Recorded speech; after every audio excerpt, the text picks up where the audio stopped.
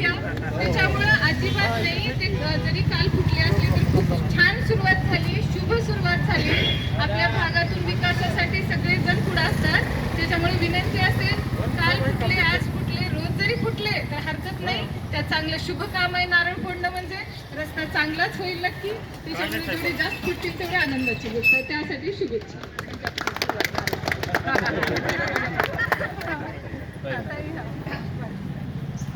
नमस्कार.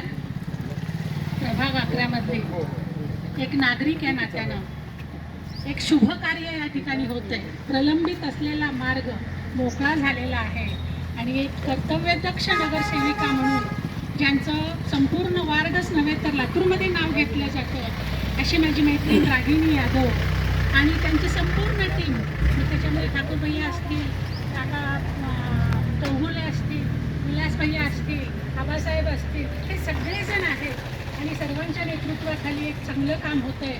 आणि विशेष म्हणजे 40 वर्षापासूनची मी रहिवाशी ह्या भागातली आहे.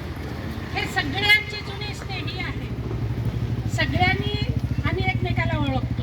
बोलणं जरी होत नसलं तरी आम्ही एकमेकाला ओळखतो आणि इथली परिस्थिती काय होती, आम्ही कुठल्या परिस्थितीमधून आमची मुलं लहानाची मोठी झालेली आहेत हे फक्त आम्हीच जाणतो. पण विकास हा हळूहळू होत असतो आणि त्या विकासाला आपण मदत केली पाहिजे. आणि हा रोड जो खराब झालेला होता, मी तर तुम्हा सर्वांना अशी विनंती करते की अंडर ग्राउंड ड्रेनेज जे आहे ते जर करता आलं तर जरूर प्रयत्न करावा, कारण त्याशिवाय नागरिकांचं आरोग्य हे व्यवस्थित राहणार नाही आहे. फक्त हे वर कव्हर टाकून हा प्रश्न सुटणारा नाही आहे.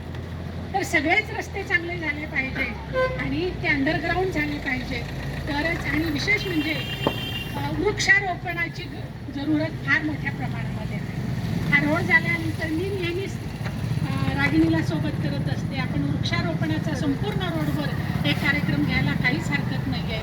आणि श्रीनगरमधलेच नव्हे तर या सगळ्या प्रभागामधले रोड कसे चांगले होतील या दृष्टिकोनातूनही आपण सर्वांनी प्रयत्न करावा. इथे सगळी तरुण मंडळी आहेत आणि सगळी काम करणारी आहेत. विशेष म्हणजे याचा मला खूप आनंद वाटतो. आणि म्हणून तुम्हा सर्वांना मी विनंती करते की सर्वांनी एकमेकांचं सहकार्य घेऊन आपण काम करूयात. आणि या कार्यक्रमानिमित्त आपण सर्वजण आला, सर्वांची नावं आता घेत नाही आहेत, पण सर्व रागिणी असेल, विलास असतील किंवा विशाल असतील, ठाकूरसाहेब असतील, आबासाहेब असतील, त्या सर्वांचे मी मनापासून आभार व्यक्त करते आणि त्यांना धन्यवाद देते. आणि सर्व नागरिक उपस्थित असलेल्या नागरिकांना देखील मनापासून धन्यवाद देते. आणि